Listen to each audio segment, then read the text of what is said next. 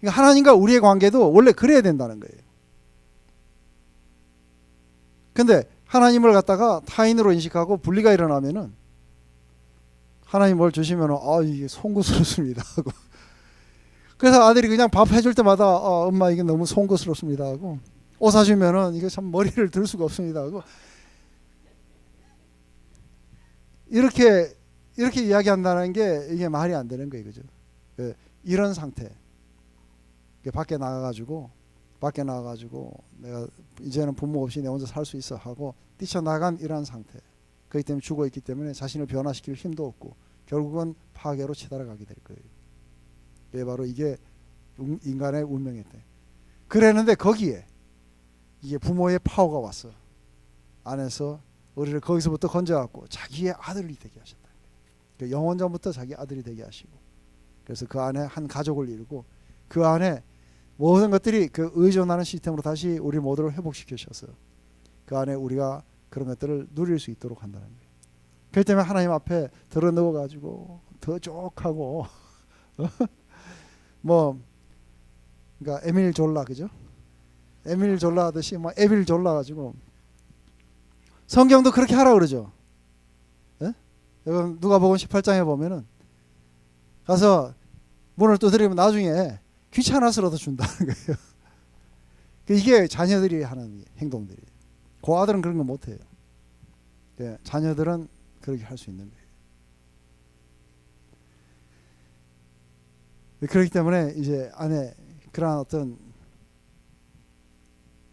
근데 안에 많은 사람들이 자기가 그리스도인도 자기가 되고 싶으면 언제든지 될 수 있다고 생각하는 거예요.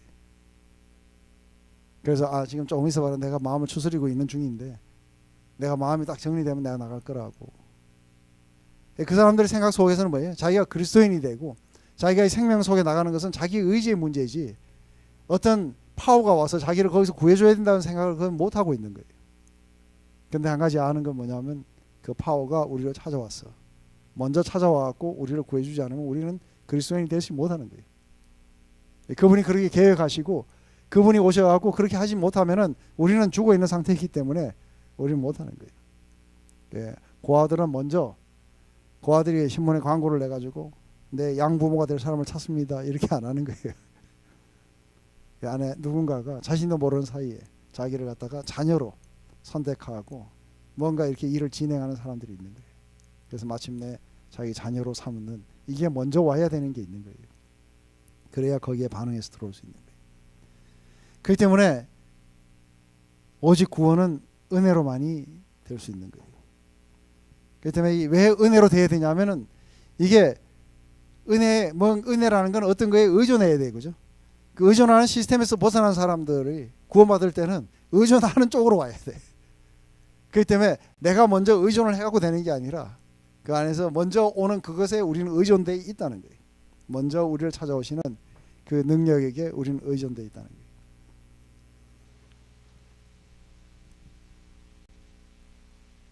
그렇기 때문에 여기서 육체 이것은 바로 하나님이 없는 삶에 자신이 생각했을 때 이게 옳다고 생각되는 그런 모든 것들을 다 하기를 원하는 거죠. 이것은 본질적으로 하나님의 진노를 향해서 달려가는 그 부분이라는 거죠. 이제 그 4절부터 바로 이런 상태에 있었던 우리들을 하나님이 어떻게 살리셨는가 하는 이야기가 1차적으로는 7절까지 나와요. 긍휼에 풍성하신 하나님이 우리를 사랑하신 그 큰 사랑으로 인하여 허물로 죽은 우리를 그리스도와 함께 살리셨고 너희는 은혜로 구원을 받은 것이라. 또 함께 일으키사 그리스도 예수 안에서 함께 하늘에 앉히시니. 그래요. 그러니까 어떻게 살리셨는가 하는 이야기가 나와요. 근데 여기 살리실 때 이 두 가지로 살리신 거예요. 살리신 부분들은 그분의 큰 파워가 와서 그렇게 행사하게 되는 이유는 바로 두 가지인 거예요. 바로 그분의 그 자비, 아주 풍성하신 자비, 그냥 자비가 아니고 그 자비에 풍성하신 것. 긍휼에 풍성하신 그렇게 할 때 풍성하다는 건 뭔지 아세요? 여러분들 제가 YM에 가서 강의를 이렇게 하면은 거기에는 풍성하신 하나님을 잘 못 보는 거예요. 그래서 언제나 하나님 뭐 요게 필요합니다. 요게 필요합니다 하고 막 그렇게 기도하면은 딱 그게 뭐 얼마냐 그러면 5만 원 그러면 정확하게 5만 원이 오는 거예요. 하나님 이번에 뭐 10만 원이 필요합니다 그러면 정확하게 11만 원도 아니고 10만 원이 오는 거예요. 그래서 내가 맨날 가서 그런 거야. 야, 인간들아 한 15만 원 좀 구하지. 여기 지금 그분의 영광의 풍성을 따라 우리를 채우신다고 하는데 전도여행 가면 맨날 지질이 고생하고 와야 되는 게 전도여행인 줄 아느냐고. 마지막에 리조트에서 하나님 이렇게 일주일 동안 열심히 복음 전하고 고생했으니 마지막 날은 리조트에서 한번 지내도록. 그래서 제가 데려간 팀들은 마지막에 전부 다 리조트에서 다 지내고 와요. 그래서 하나님이 풍성하게 누군가가 우리를 초대해가지고 아주 필리핀에 있는 제일 좋은 호텔에서 식사도 해보고 안에 이런 것들이 풍성하다는 의미 아니에요, 그죠? 근데 자비를 주되 딱 우리가 딱 자비를 주시되 우리가 잘못한 거 그 부분만 딱 용서해 주시는 거예요. 이러면은 풍성한 게 아니라 그냥 자비로우신 하나님이에요, 그죠? 근데 자비에 풍성하신 하나님이라는 거는 우리가 생각지도 못한 것까지 다 처리 다 해놓으신 거예요. 이 자비뿐만 아니라 사랑인데 그냥 사랑이 아니고 뭐예요? 아주 큰 사랑을 인하여는 거예요. 자기 나 사랑해. 그래 사랑해. 근데 안 하는 것 같아. 정말이야 하고 이래갖고 의심이 갈 만한 그런 사랑이 아닌 거예요. 확실하게 우리가 확실하게 경험할 수, 확실하게 느낄 수 있는 그런 사랑인 거예요. 바로 이 하나님의 그런 풍성하신 자비와 그분의 크신 사랑이 구원의 목적인 거예요. 바로 그 자비로운 그 구원이 이제 그 뒤에 어떤 목적을 가지고 왔다는 거예요. 그래서 하나님의 자비와 사랑이라는 건 바로 이런 상태 속에 놓여갖고 이제 이들은 모든 인류가 이제는 하나님의 진노를 향해 쳐들어갈 수밖에 없는 그런 상태에 놓여 있다는 것을 이제 이것을 향한 하나님의 자비가 있었다는 거예요. 그리고 하나님이 바로 그렇게 치달아가는 인간의 그런 운명에 대해서 하나님은 커다란 사랑과 자비로서 뭔가 행하신다는 거죠. 그렇기 때문에 우리를 왜 구원하셨냐면은 바로 그분의 말할 수 없는 풍성하신 자비와 사랑이 이것은 그분 안에 있는 무엇으로부터 출발해 나오는 거예요. 그렇기 때문에 하나님의 자비와 그분의 사랑을 떠나서는 우리 안에는 어떤 희망도 인간에겐 존재하지 않는 거예요. 그렇기 때문에 하나님은 그렇게 치달아가는 세상을 향한 이게 진노도 가지고 있어요. 근데 이 진노를 가지고 우리 보통 이제 우리 인간들 아버지들은 그래요. 저도 그런 때가 많은 걸 보면은 뭘 잘못하면은 그러니까 제 뜻에 어긋나거나 아니면 뭔가 잘못돼 갈 때 제 안에 어떤 분노가 일어나요. 분노가 일어나면은 제가 먼저 가서 그걸 뭔가 바꾸려고 노력하고 이런 걸 안 하고 뭐예요? 가만히 있어갖고 네가 어떻게 하는가 한번 보자 하고 그래서 네가 그걸 바르고 돌아오면은 내가 진노를 푼다 하고 이렇게 하고 있는 거예요. 이런 분이 아니시라는 거예요. 그 안에 일어나는 그 분노는 뭘로 바뀌는 거예요? 거룩한 사랑의 열정으로 바뀌어가는 거예요. 이게 하나님이 성품이 그러신 분인 거예요. 그러니까 하나님 자신이 그러신 분이기 때문에 그 안에 있는 그러한 진노는 바로 이 진노를 갖다 가만히 입어서 이렇게 하시는 분이 아니라 그분의 사랑과 자비가 이 거룩한 분노를 자기 희생으로 자기를 주시는 것으로 이게 바뀌게 되는 거예요. 그래서 하나님이 먼저 움직이시는 거예요. 그렇기 때문에 이 안에 요 4절부터 우리 7절까지 안에 보면은 자비, 사랑, 은혜, 친절, 선물 이런 게 전부 다 나와요. 이 단어들은 인간을 향하신 하나님의 마음을 대변해 주시는 거예요. 친절은 안 나오죠, 그죠? 근데 친절이 나와요. 영어에는 나오는데 이 번역이 안 돼 있어요. 그렇기 때문에 여기에는 항상 하나님 하면은 거기에다가 풍성함이라는 걸 넣어야 돼요, 그죠? 자비, 사랑, 은혜 이것도 다 그냥 조금 있는 게 아니고 풍성한 친절도 풍성하고 선물도 풍성한 거예요. 그게 바로 이 사랑 때문에 그리스도와 함께 우리도 죽음 가운데 있던 우리를 살리셨다는 거예요. 그래서 이거는 살리셨도다 했을 때 이게 나오는 시제가 미래가 아닌 거예요. 살리셨도다 하는 것은 현재 시제도 아니고 과거 시제예요. 근데 이게 헬라의 이 시제는 과거 시제로 나오면서도 그 결과가 계속해서 영원히 미쳐가는 그 의미를 가지고 있는 시제인 거예요. 그렇기 때문에 살리셨도다 했는 거는 그리스도와 함께 살리셨도다 이랬을 때에 이 살리신 거는, 여러분들 살리신 거는 언제 살리셨다고요? 여러분 언제, 이게 이제 이 안에 보면 이 시제들이 의미하고 있는 것이나 이러한 것들이 또 다른 우리 안에 그러니까 신학적 부분인데, 이러한 것들이 우리가 만약에 이렇게 경험되기만 한다면은, 이것이 우리 가운데 올 때 그냥 은혜와 긍휼이 풍성하신 하나님이 우리를 갖다가 지금 현재 죽어 있는 현이자매를 이렇게 갖고 살려가지고 이제는 그렇지 않도록 이렇게 하셨다 하고 여기에서 이렇게 끝나는 게 아니에요. 여기에는 또 다른 한 가지가 있는 거예요. 근데 이게 살리실 때의 방법이 어떻게 하냐면 그리스도와 함께, 그리스도 안에 이 이야기가 나오는 거예요. 그 때문에 그리스도와 함께 살리셨다고 하는 이 이야기들은 그리스도와 연합을 시키시면서 살리시는 거예요. 그렇기 때문에 우리 갈라디아서 2장 20절에 내가 그리스도와 함께 십자가에 못 박혔다 그래요. 언제 박혔어요? 사도 바울은 예수님이 십자가에 못 박힐 때 아직도 살아 있었어요. 그런데 사도 바울은 내가 그리스도와 함께 십자가에 못 박혔나니 하고 그래요. 그런즉 이제 내가 산 것이 아니요 내 안에 그리스도께서 사신 것이라. 그 언제 박혔어요? 여러분들 다 여러분들 십자가에 못 박혔었어요? 네? 안 박혔어요?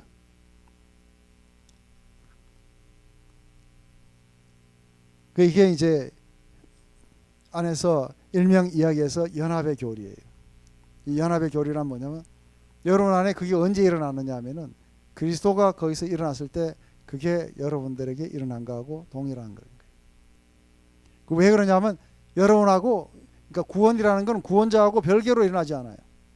그래서 이거 안에서 이거하고는 다른 거예요. 내가 현이자매가 물에 빠진 걸 내가 구했다.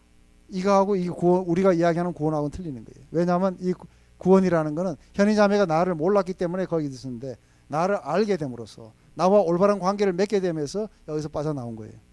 이게 구원이에요. 그렇기 때문에 나하고 연합되지 않고는 거기서 못 빠져나오는 거예요. 그런데 나하고 연합되는 과정 속에서 이제는 우리가 둘이 아니고 하나인 거예요. 그렇기 때문에 내게 일어난 모든 것은 현이자매에게 일어난 걸로 간주가 되고, 그리고 내게 진실인 것은 현이자매에게도 진실인 거예요. 이거 그냥 우리가 연합됐기 때문에. 그렇기 때문에 현이자매가 언제 십자가에 못 박혔냐 하면은 내가 십자가에 못 박힐 때 못 박혔다고 이야기하는 거예요. 이해되세요? 그렇기 때문에 그리스도가 십자가에 못 박히는 그때 우리도 거기서 같이 박힌 거예요. 왜냐하면 그리스도와 연합되어 있는 거예요. 이제는 둘이 아니고 하나인 거예요.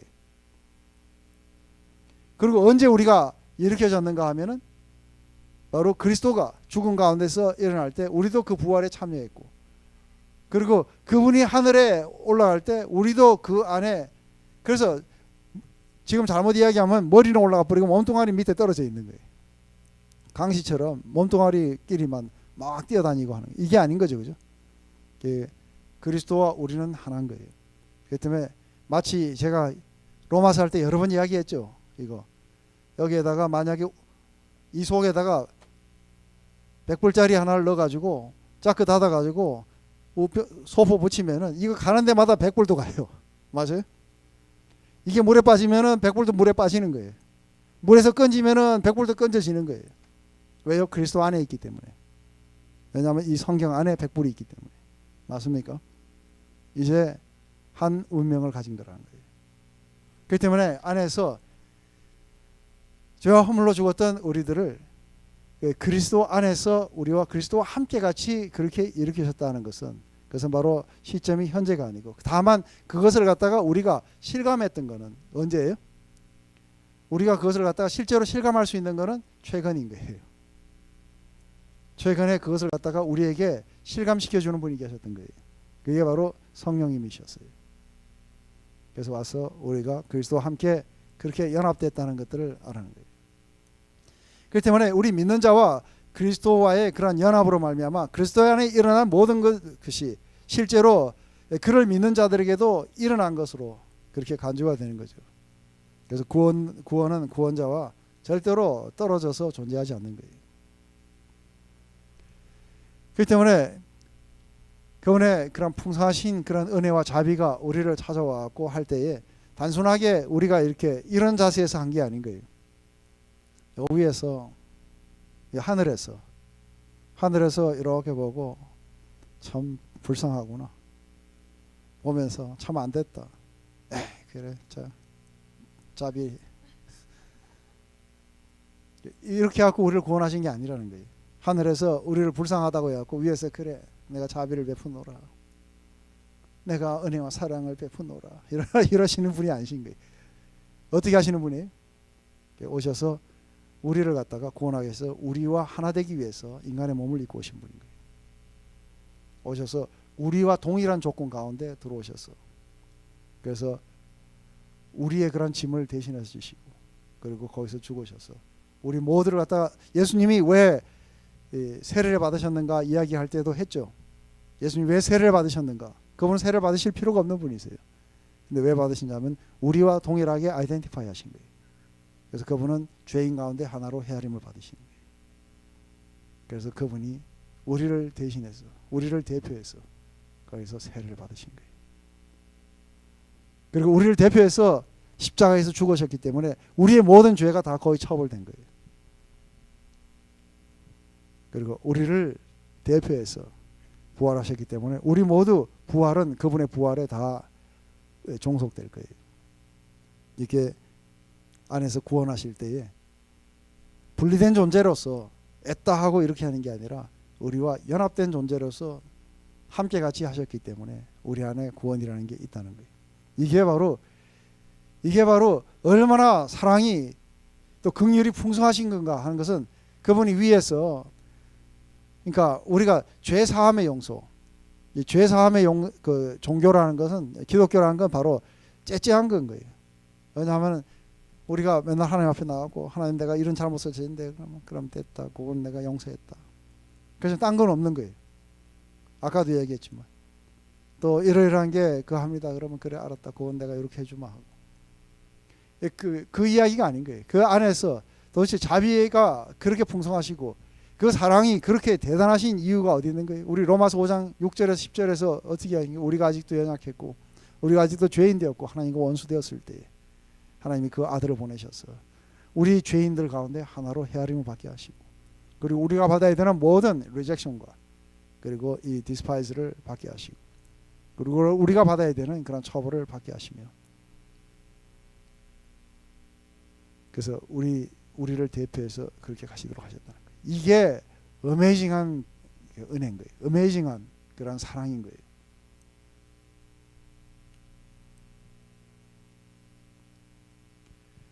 그뿐 아니라 우리를 갖다가 그런 어떤 그 죽으시고 그리스도와 함께 이렇게 살리셨을 뿐 아니라 죽음에서 살리실 뿐 아니라 우리가 살았을 뿐 아니라 지금은 하늘의 영역 속에 있는 거예요. 제가 로마서 할 때 이 그림 두 가지, 네모 두 가지 이렇게 했는 거 기억나세요? 그래갖고 이거 한번 이쪽으로 못 넘어간다고. 이쪽이 하늘의 영역인 거예요. 여기 그리스도 안에 있는 거예요. 그렇기 때문에 이제는 더 이상의 은혜 아래에 있기 때문에 죄가 너희를 주관하지 못하려니 너희가 법 아래 있지 않고 은혜 아래에 있다는 거예요. 그 은혜 아래에 있는 이 영역이 바로 하늘에 앉혔다는 영역인 거예요. 우리가 올라가고 위치적으로 저 하늘에 어디에 앉혔다는 게 아니라 이게 바로 예수 그리스도가 바로 우리를 그렇게 통치하실 수 있는 그런 영역 속에 들어가서 온 세상을 그분의 은혜와 사랑으로 만물을 채우세요. 그러니까 우리는 바로 죽음의 영역 속에서 벗어났어. 이제는 우리의 구원자가 누군지를 아는 거예요. 그리고 그분과 관계를 맺고 그분과 연합했기 때문에 우리는 그 안에 와 있는 거예요. 그렇기 때문에 이제 나이키 안 사주면은 땡깡을 부려도 이제는 그 안에 뭐가 지배하고 있는 거예요? 이 사랑의 관계가 지배하고 있지 법이 지배하고 있지 않아요. 그렇기 때문에 여러분들이 뭔가 죄를 짓거나 잘못했을 때 제일 먼저 그러니까 법의 개념 속에서 두려워한다면 아직도 이 사랑의 크기가 뭔지를 이해하지 못하는 거예요. 이게 법의 개념 속에서 여러분들은 두려워하는 게 아니라 여러분들은 이 관계, 사랑의 관계를 여러분들이 또다시 깨고 아프게 했다는 그것 때문에 가족의 관계라는 건 그런 거예요. 처벌받을까 봐 두려워하는 게 아니라 그게 바로 내가 아버지를 정말 내가 힘들게 했구나. 그리고 아버지를 갖다가 실망시켜드렸구나. 이러한 것들이 우리로 하여금 가슴 아프게 하는 거예요.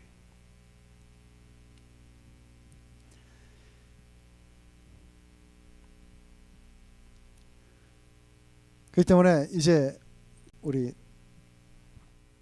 그래서 긍휼이 풍성하신 하나님이 우리를 사신 그 큰 사랑을 위하여 허물로 죽은 우리를 그리스도와 함께 살리셨고 하는 이 의미가 뭔지 이해되세요? 예, 그리스도와 함께 그렇게 살리셨고 너희는 은혜로 구원을 받은 것이라 하고 이게 두 번이나 나와요. 그죠? 너희는 은혜로 구원을 받았다. 또 함께 살리실 뿐 아니라 함께 일으키시사 그리스도 예수 안에서 함께 하늘에 앉히시니 하는 이 의미가 바로 그런 의미예요. 이렇게 하신 이유가 있다는 거예요. 이렇게 하신 이유는 뭐예요? 이는 그리스도 예수 안에서 우리에게 자비하심으로 그 은혜의 지극히 풍성함을 오는 여러 세대에게 나타내려 하심이라. 그래서 우리에게 1절 이런 사랑과 자비와 이런 걸 나타내신 이유는 뭐냐 하면은 앞으로 오는 모든 세대들에게 하나님이 누군지를 알려주시기를 원하는 거예요. 그 하나님의 본성 가운데 굉장히 많이 하시고 싶은 게 뭐예요? 자기 PR 하고 싶으신 거예요. 그 안에서 자기의 영광이 뭔지 이러한 것들이 온 세상에 계시되고 알려져 가지고 온 세상이 그분의 영광을 리플렉트하기를 원하시는 거예요. 이게 그분이 우리를 창조하신 목적이고 그리고 재창조하시는 목적인 거예요. 바로 이 재창조 안에 하나님이 바로 그분의 자비와 사랑으로 은혜로 우리를 구원하신 이유는 그렇기 때문에 만약에 이게 우리가 조금이라도 노력했고 우리가 먼저 찾아갔고 그래서 혹시 나를 구원해 주시지 않겠습니까? 이래 찾아가고 그렇게 했다라면은 하나님의 그런 영광과 은혜와 하나님의 그런 자비하심 영원전부터 그런 계획들이 계시될 때 방해만 되는 거예요. 이해되세요? 왜 우리가 전적으로 은혜로 구원을 받는지에 대한 이야기예요. 거기에 우리가 보태는 건 아무것도 없는 거예요. 오직 하나님이 자신의 영원하신 목적과 그분이 누구신지를 갖다가 계시하시는 거예요. 그렇게 하심으로 말미암아 오는 수많은 세대들에게 앞으로 오는 수많은 세대들에게 자신이 누구신지를 알리시는 거예요. 단 한 번의 이 십자가의 사건으로 인해서 그리고 단 한 번 인간들을 구원하시는 이 사건들을 통해서 오는 수많은 세대들에게 하나님이 누구신지 그분의 영광이 뭔지 그것을 영원히 알리시기 위해서 그렇게 하셨다는 거예요. 이게 하나님의 뜻이에요. 그러면서 또다시 너희는 그 은혜에 의하여 믿음으로 말미암아 구원을 받았으니 이것은 너희에게서 난 것이 아니요 하나님의 선물이라 행위에서 난 것이 아니니 이는 누구든지 자랑하지 못하게 합니다. 그렇기 때문에 다시 한번 그 은혜로 구원을 받는데 그것이 오는 수단이 믿음인 거예요. 그렇기 때문에 나중에 이 믿음 또한 내가 믿었기 때문에 하나님 구원하셨다는 게 아닌 거예요. 이건 하나의 수단이고 이 믿음 또한 나중에 하나님이 주시지 않으면 아무도 그걸 받지 못해요. 왜냐하면 처음에 여러분들 이거 오늘 이게 밤인데 깜깜한데 불 안 켜놓으면은 불 안 켜놓고 여러분들 그러니까 뭔가 어떤 존재를 믿어라 그러면 여러분들이 보이지도 않는데 어떻게 믿어요, 그죠? 아무것도 아니고 뭐 존재하지도 않는 것 같은데 어떻게 믿어요? 그러려면 제일 먼저 믿으려 그러면은 뭔가 계시가 있어야 될 거 아니에요. 그래서 불을 딱 켜줘야 돼요, 그죠? 불을 딱 켜줘갖고 뭔가 볼 수 있도록 해줘야 그 다음에 믿을 수 있는 거예요, 그죠? 그때 믿음이라는 것은 자기가 혼자서 먼저 생겨나는 게 아니라 하나님이 성령으로 그 안에 마음 안에 조명을 해주셔갖고 그 안에 그것을 믿도록 해주셔야만이 이 안에 믿음이 생겨나는 거예요. 그 안에 이것이 없으면 안 하기 때문에 믿음 또한 하나님의 선물인 거예요. 그렇기 때문에 이것은 하나님의 선택과 예정이라는 것을 가지고 설명 안 하면 설명이 안 되는 거예요.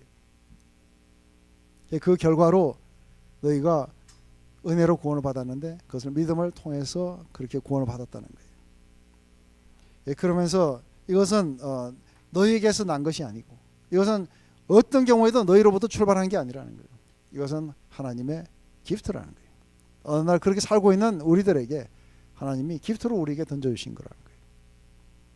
그뿐 아니라 너희들의 행위에서 난 것이 아니니 하고 이야기했을 때 이 행위라는 것은 어떤 그러니까 이게 워크라 그러죠. 너희들이 일해서 얻는 게 아닌 것이 했을 때 바울이 갈라디아서나 로마서에서 이 행위를 했을 때는 율법의 행위를 이야기를 해요. 얘가 우리가 율법을 지켰느냐 안 지켰느냐의 이야기를 하는 거예요.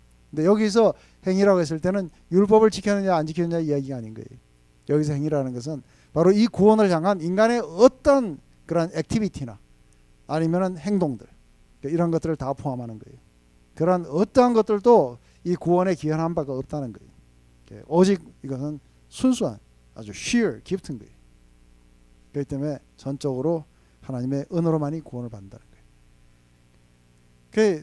그렇게 되었을 때에 만약에 그렇지 않으면은 우리도 세상에 가서 복음을 전할 때에 저쪽에서 어떻게 하는가 보고 이것들이 어떻게 하는가 보고 우리가 복음을 전하고 안 그러면 이것들은 하지 말자든지 이런 식으로 할 거예요. 그죠? 왜냐하면 우리의 구원자 그러니까 우리도 그런 거예요. 근데 메시지를 전하러 갈 때 그들이 찌르고 그러는데 가가지고 뭐예요? 그들을 향해서 자신의 삶을 주는 이 선교사들의 이야기를 보시죠. 그죠? 미션이나 이런 영화를 보게 되면 뭐 죽이는데 왜 갑니까? 아직도 죄인 되었을 때, 아직도 연약해갖고 원수 되었을 때, 그때 이들이 알지도 못하는 그때에 먼저 이 부족을 향해갖고 하는 어떤 선택이 있었어요. 맞아요?